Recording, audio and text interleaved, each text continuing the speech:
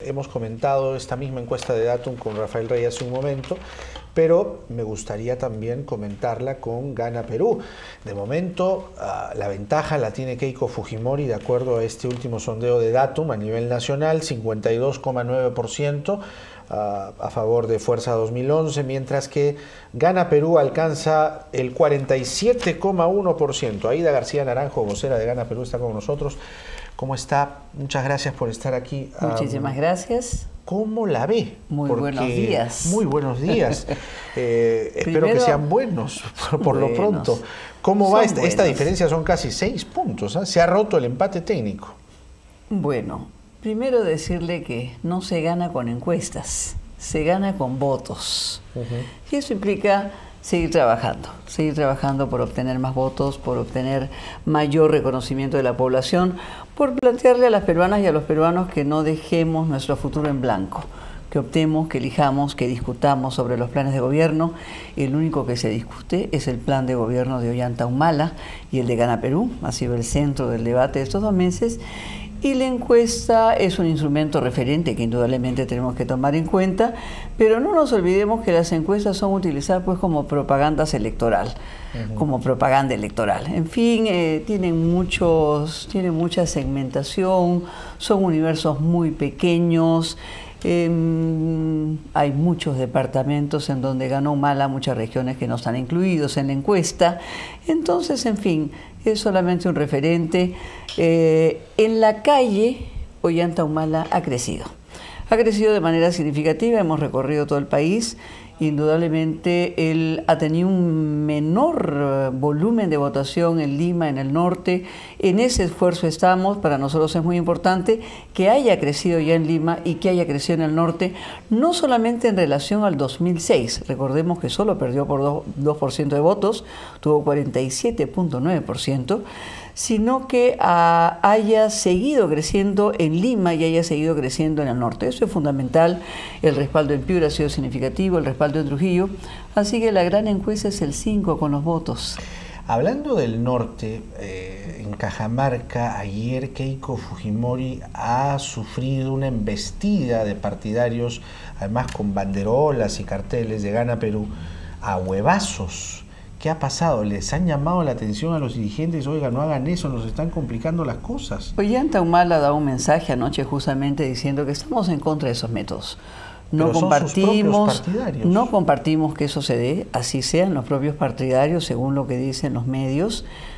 Porque que se lleve un cartel no significa que son nuestros propios partidarios. Recordemos que el fujimorismo ha comprado de todo, así que puede comprar carteles también. Es decir, ¿no descarta usted que sea una contracampaña? Indudablemente que no lo descarto, pero el tema de fondo es que rechazamos esos métodos. Ese es el tema de fondo, ¿no? Sin embargo, es importante hacer notar que la casa de Ollanta Humala fue agredida. Y fue agredida en el momento en que Ollanta estaba en Piura y su esposa estaba en Ayacucho, buscando agredir a su familia, a niñas menores de edad, muy pequeñas, a un niño recién nacido. Entonces, creo que ahí se produce una grave agresión y entonces también lo tenemos que destacar, porque eso es lo que se ha producido en realidad. Entonces, es importante señalar que tenemos que recusar esos métodos. Ir a agredir a niñas es absolutamente grave y lo tenemos que condenar, como tenemos que condenar, digamos, que el tratamiento a otra candidatura sea recibida de esa manera en alguna región. Por supuesto que sí. Se ha presentado por estos días un libro cuya autoría el propio candidato Ollanta Humala ha aceptado como suya, en la cual, entre otras cosas, hay un párrafo bastante polémico que el propio Ollanta Humala, o en el que el propio Ollanta Humala pide o demanda que Sendero Luminoso sea una fuerza de carácter beligerante. ¿Usted piensa igual que Humala? Yo pienso igual que Humala en muchísimas cosas. Pero en este entiendo punto que por eso soy su vocera y puedo intervenir a nombre de él, pero quiero decirle que no me parece a mí que una palabra sea sacada de contexto. Eso es lo primero que no me parece. Lo que yo quiero ir es al plato de fondo, porque cuando se trae esa palabra es para endilgarle una posición. Y entonces acá lo que nos tiene que quedar claro es que Ollanta Humala ha combatido el terrorismo. en todo el territorio nacional, ha combatido el terrorismo. Entonces no podemos sacar una palabra de contexto, menos por una persona como Rey, que podríamos leer completas sus resoluciones y completos sus proyectos de ley, amnistiando al Grupo Colina, porque efectivamente fueron identificados, primero denunciados, identificados, capturados, procesados, juzgados, penalizados y encarcelados. Y No, pero efectivamente acá no leemos la redacción completa de dar amnistía a un grupo terrorista como el Grupo Colina. Pero entonces nos el tiene que punto quedar claro. particular del libro, si me Sí, permite, señora claro que sí, por García supuesto Naranjo, que sí. es muy concreto y quiero citarlo incluso. El Estado peruano, dice el libro, por medio de sus gobiernos de turno, jamás le dio a Sendero Luminoso la categoría de fuerza regular o beligerante y por lo tanto el propio Estado peruano le negó el tratamiento decoroso, conforme lo expone el derecho internacional humanitario. Todo lo contrario, le dio la categoría solamente de simples delincuentes terroristas. Esta frase, por eso se lo preguntaba. Esta frase tiene que ver con una evaluación que él hace. A mí me parece importante. Mire usted, ustedes tratan de ponernos en confrontación. El Estado peruano tuvo que evaluar ese proceso como un proceso político, como un proceso social, que efectivamente debió tener tratamientos que no implicaran el asesinato de personas absolutamente también indefensas. Entonces, lo que tenemos que hacer es un análisis general y quedarnos con el centro de la opinión de Ollanta Humala, que también es la mía. Hemos combatido el terrorismo y hemos sido víctimas del terrorismo. Recuerde que yo soy una persona vinculada a las organizaciones sociales. Un cafecito. Mil gracias. A las organizaciones sociales. Nuestros dirigentes han sido asesinados por Sendero. Yo he dedicado mi primer libro en el año 92, en febrero, a Marilena Moyano. Tenemos líderes sindicales como Enrique Castilla, asesinados por Sendero Luminoso. Tenemos alcaldes como Asparren en Ayacucho, asesinados por Sendero Luminoso. Debo entender entonces tenemos que autoridades. Usted no piensa como Humala en el libro. Pienso exactamente como Humala, porque él es un combatiente contra Sendero y contra decir, el terrorismo. ¿Convertir a Sendero en una fuerza beligerante? No, porque ustedes están sacando de contexto la frase. Lo que Humala relata en la totalidad del libro es que él confrontó a Sendero, es que le enfrentó a Sendero y es que él igual, como él ha señalado también ayer de manera muy importante, él estuvo en los diferentes lugares combatiendo el terrorismo y defendiendo a la población. El tratamiento decoroso del Estado peruano. Yo no voy a discutir una frase, mire usted, yo voy a discutir la esencia y la naturaleza de las cosas. Y la naturaleza de las cosas. Si es que se diera la oportunidad de pensarlo o de tomar una decisión en un eventual gobierno de Ollanta Humala, ¿se declararía Sendero Luminoso una fuerza beligerante? No. Primero, no se da una situación como se ha dado la de guerra interna del 80 al 2000, en donde hemos tenido 75.000 muertos, porque se buscaron salidas militares y no salidas políticas. Las salidas políticas implican efectivamente un tratamiento adecuado de los problemas políticos que en el caso del Perú no se tuvo. Recordemos además que personas encarceladas fueron asesinadas impunemente. Eso no eran tratamientos correctos del Estado y eso lo ha sancionado la Comisión de la Verdad.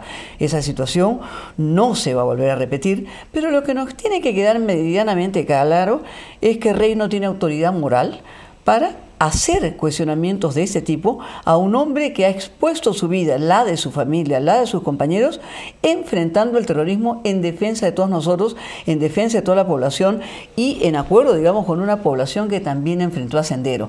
Lo que a mí me queda claro es que sí quien ha defendido terrorismo de Estado, y ese es Rey.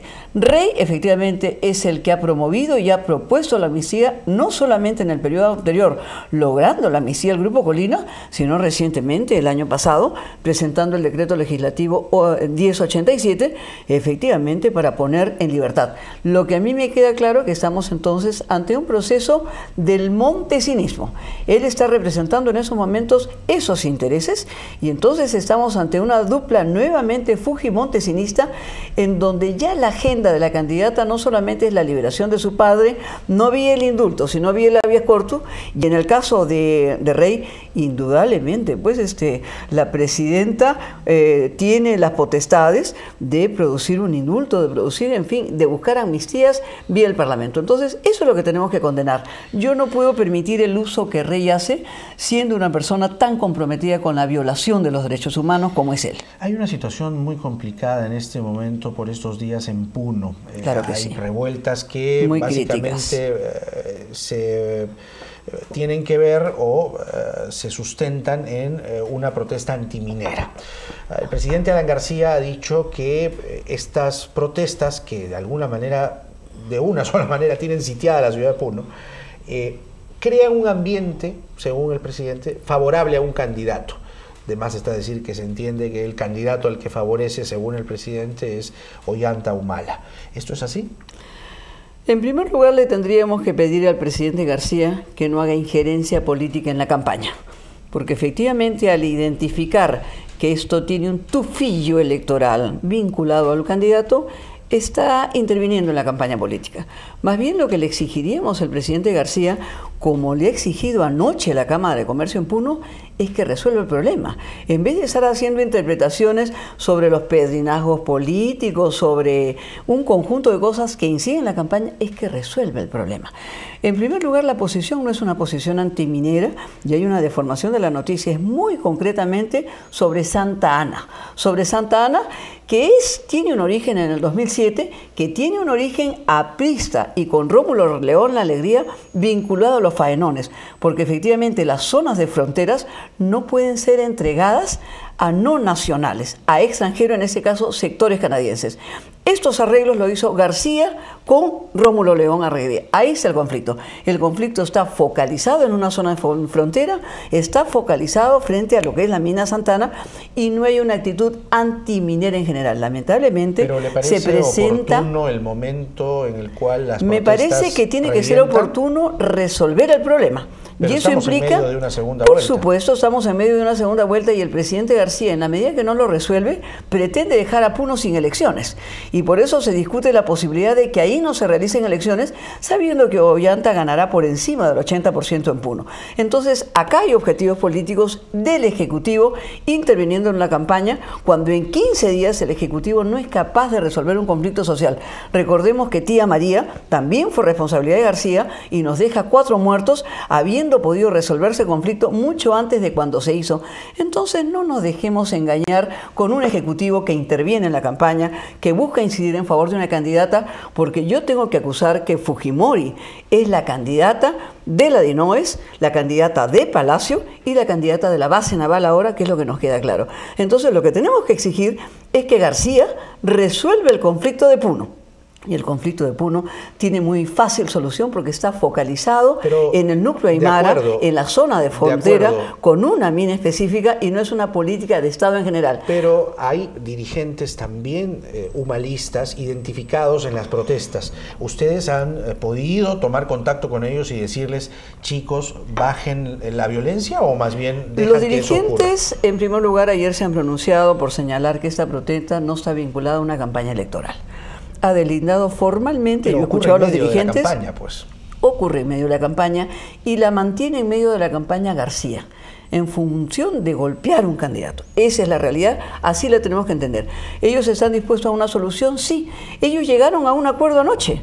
Sin embargo, las autoridades se pararon de la mesa de negociación para señalar que no tenían mandato para firmar el acta de negociación y que venían a Lima a pedir autorización para una resolución. Por lo tanto, en Lima, como bien dice la Cámara de Comercio de Puno, como bien dice el sector turismo, como bien dice el empresariado, se está exigiendo que García, el Ejecutivo en concreto, resuelva el conflicto de Puno. Entonces, entendámoslo así, no pensemos que el Ejecutivo no está interfiriendo en la campaña, porque cuando el ministro de Economía dice qué costo va a significar Humala a la campaña, está pues interviniendo, lógicamente.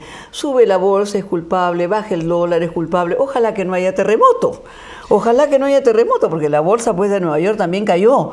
Entonces esperemos pues que no sea Humala el culpable. Se ha vuelto a Yo poner pregunto, permíteme Jaime, solamente para rematar el tema del ministro de Economía y su injerencia. Antes de la discusión del proyecto de las AFPs en el Congreso de la República, estaban reunidos el señor Treyes, el que señala que ha matado menos, estaba reunido el ministro de Economía y estaba reunido Jorge del Castillo. ¿Qué representa esa reunión? En el Ministerio de Economía. ¿Qué representa esa reunión antes de la ley de las AFPs que busca efectivamente que los fondos de los peruanos en mayor volumen salgan del país y se vayan al extranjero? ¿Qué se negociaba? El proyecto, se negociaba una bolsa de las AFPs, se negociaba un acuerdo entre el fujimorismo y el apristo en el Ministerio de Economía el día del cumpleaños del ministro de Economía. Hay que celebrarlo con el vocero de Fuerza 2011, hay que celebrarlo con el partido de gobierno. Yo no puedo entender esa reunión al margen de la política. Entonces, se está produciendo injerencia del Ejecutivo. Por eso señalamos que la candidata Fujimori es también una candidata de Palacio. Decía que por estos días se ha vuelto a poner en discusión un tema que parecía superado para Gana Perú, y es el de su plan de gobierno. Javier Descanseco en la televisión ha dicho que las líneas maestras o las vigas maestras de acción en un eventual gobierno de Ollanta Humala van a sostenerse en el plan original de diciembre del año 2010. ¿Qué está pasando? ¿Cuál va a ser finalmente el plan de gobierno? Sobre todo para que la ciudadanía tenga una percepción clara y sobre todo para tener claro si es el plan 1, el plan 2, el plan 3, el plan 4. ¿Qué plan van a operar de llegar al gobierno? Para ver, justamente para no hacer maniquea la información, no hay plan 1, plan 2, plan 3 y plan 4. Hay 4 documentos, efectivamente. Hay un plan que contiene un conjunto de políticas de Estado que van desde las políticas de género, que la candidata no la tiene, desde las políticas ambientales, que tampoco la tiene el fujimorismo, desde las políticas de derechos humanos, que tampoco las tiene el fujimorismo, las políticas anticorrupción, etcétera, etcétera, etcétera. El plan original, el plan matriz. ¿Qué se hizo? El plan de la gran transformación, indudablemente. El plan de la gran transformación nos planteó una necesidad, una posibilidad de consensuar algunos temas con los que no había consenso, con otras fuerzas políticas, ¿no es cierto? Entonces, esto implicó un compromiso con el Perú, que no es otro plan de gobierno, es un compromiso con el Perú, cuyo centro de información es Ollanta Humala, suavizaba, descafeinaba algunos puntos. ¿Y no les parece bien? Críticos. ¿No les parece bien? No, pero justamente no es que... Pero no es un nuevo plan de gobierno. ¿Sabe qué descafeinaba? Moderan ciertas cosas del así como plan. Este cafecito, sí. ¿Por qué es importante? ¿Qué problema se presentó frente a él? Que se pudiese eternizar en el poder. Que sí lo ha hecho Fujimori, sin embargo se le exige a Humala, porque Humala tenía un tercer mandato y pretenden el cuarto mandato. En el tercero se fugó, pero estamos ahora discutiendo el cuarto mandato. Sin embargo se le emplaza a Humala. Pues él muy bien hizo un compromiso, dijo 5 años y ni un día más. El tercer documento, que se llama Hoja de Ruta, se concentra en 2 capítulos específicos del plan de gobierno que son los que generaron preocupaciones. Es decir, el plan económico, particularmente por la preocupación sobre los fondos de las AFPs, aclarando que no se tocará un centavo de los afiliados a las AFPs. El plan original tampoco lo decía. Fue una especulación. Perdóname, Jaime, pero no lo decía. No. El plan original siempre señala que la pensión 65 será financiada con fondos del Tesoro Público. Y de los Ese es el origen de los trabajadores. Los fondos del Tesoro Público, los fondos del Tesoro Público. Entonces, eso es lo más importante. Pero digamos que eso genera una interpretación que da temor. Era importante aclarar en materia económica que los fondos de los afiliados de las AFPs son sagrados, como lo garantiza la Constitución, y que no serían tocados, justamente para que no tengas esa preocupación. Ese fue un cambio del plan original. Bueno, entiéndelo como un cambio, para nosotros es una aclaración y hacer explícito lo que ha podido quedar erróneamente registrado en un plan. Implementación de un régimen de pensiones sustentado en 2 sistemas, página 173. Un primer sistema público que garantiza pensiones de jubilación para todos y que contiene 2 componentes, contributivo obligatorio. ¿Y en qué se basa? La afiliación en el régimen contributivo será obligatoria para todos los trabajadores activos. Luego, el segundo no contributivo, que ofrece una pensión básica. Esta opción será financiada básicamente por impuestos, que es lo que me acaba de decir, y por una porción de los fondos aportados de los trabajadores. Ese fue el problema. ¿Y no le parece bien que ese documento lo aclare? Sí, por supuesto, pero ahora sale Javier Díaz Canseco y dice, no, el plan original se respeta.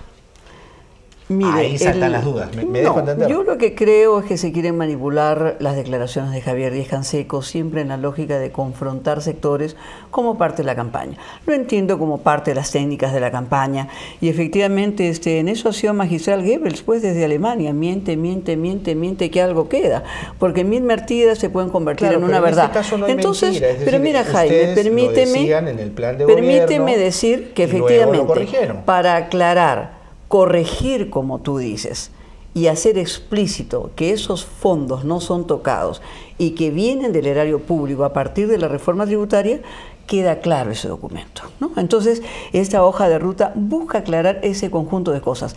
Sobre el tema de los impuestos habían preocupaciones, entonces se hace explícito que lo único nuevo de los impuestos que hay, efectivamente, ese es el impuesto a la sobreganancia. Entonces, ¿no? para entendernos, si es que la hoja de ruta corrige lo que decía el plan original y que acabo de leerle, porción de los fondos aportados a los trabajadores, eso vuela, eso no está. Entonces, si aparece una declaración de un vocero tan respetado e ilustre como Javier Díaz-Canseco a decir, no, el plan original se respeta, y luego la hoja de ruta, entonces, lo que yo quiero que me diga es, ¿qué plan van a utilizar de llegar al gobierno? Nada más. El plan que apruebe el Congreso de la República, es decir, ninguno de los 4 documentos. Ya. Ninguno de los 4 documentos. Nuevo, el que se presente en un mensaje de nación. Mira tú, para que haya un punto explícito, reforma tributaria. El nacionalismo y Gana Perú, efectivamente, han obtenido 47 curules. Uno puede decir que quiere tener dentro de la reforma tributaria 5 grandes temas. El tema de lucha contra la corrupción y por lo tanto recuperar fondos para el Estado a partir de la corrupción, lucha contra la elusión, lucha contra la evasión, ampliación de la base tributaria y sobre ganancias, ¿no?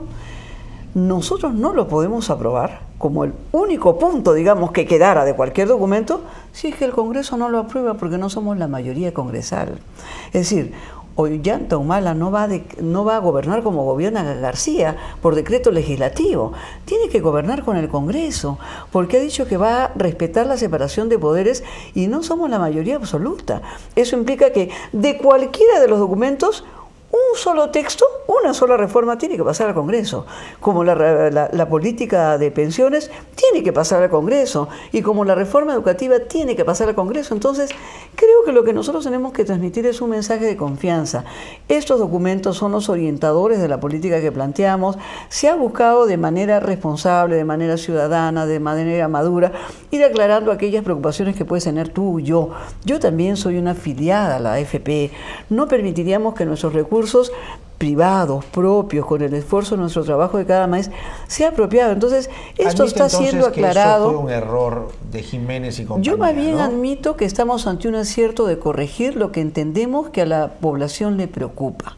Nosotros no podemos dedicarnos a centrar en buscar entre nosotros cabezas de turco, porque el conjunto del plan de gobierno... Sano decir hoy nos equivocamos, nos equivocamos al poner lo del fondo de los trabajadores. El conjunto de personas que hemos trabajado en el plan de gobierno somos muchísimo, y creo que lo sano es entender que es una fuerza que quiere corregir, que quiere mejorar, que quiere explicitar, que quiere dar tranquilidad, que no hemos tenido la oportunidad de gobernar, que no estamos planteando que se nos regale la confianza, estamos pidiendo que se nos dé una oportunidad para ganar esa confianza. Y cualquier propuesta, la vieja, la nueva, la siguiente, la subsiguiente, va a pasar por proyectos de ley.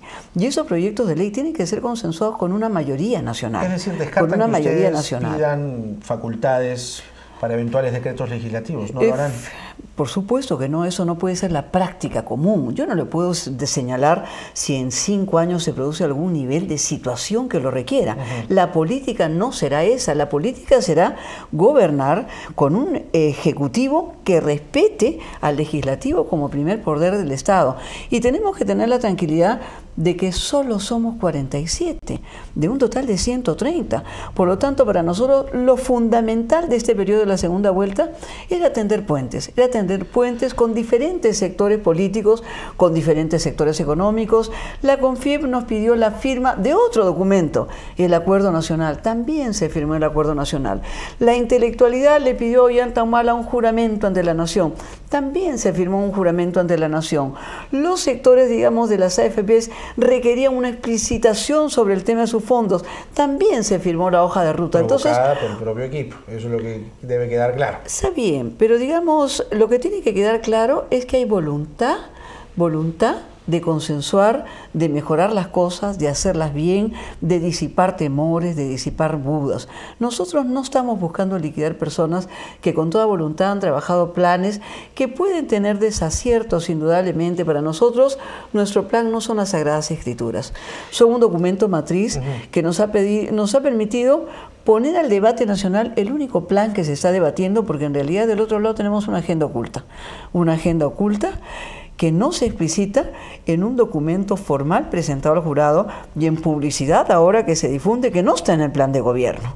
Sin embargo, se discute el nuestro.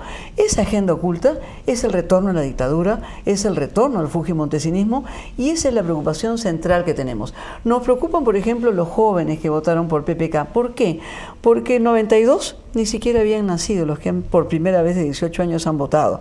Tienen hoy día 18, 19, 20 años, no tienen idea de lo que sucedió con esta noche negra que el Perú ha vivido. Entonces, eso es lo que nos preocupa, cómo llegamos de mejor manera, cómo hacemos explícito, cómo resolvemos esas preocupaciones. Hablando de voluntades, sea cual sea el resultado del 5 de junio, ¿Gana Perú va a aceptarlo? Es decir, poniéndose en la figura menos simpática para ustedes, si es que Keiko Fujimori llega a la presidencia, ¿ustedes van a aceptarlo? No es un problema de simpatía, sino es un problema de probabilidades. En primer lugar, nosotros nos ponemos en el escenario que en el Perú va a ganar la democracia y no la dictadura.